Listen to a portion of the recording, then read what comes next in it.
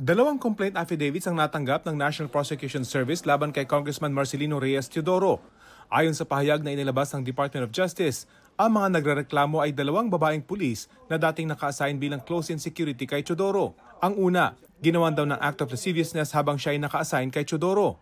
Ang pangalawa, unang naka-assign sa may bahay ni Teodoro at kalaunan ay inilipat kay Congressman Marcy. Inakusahan ng kongresista ng rape by sexual assault at acts of lasciviousness. Ayon sa DOJ, sasailalim ang mga reklamo sa case build-up at legal evaluation para malaman kung may sapat na ebidensya para sa isang preliminary investigation.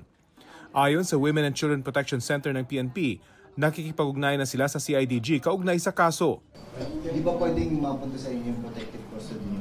Pwede naman po, sir. Kasi but that then, yung ating mga units po, meron din po silang established na Women and Children Protection Desk.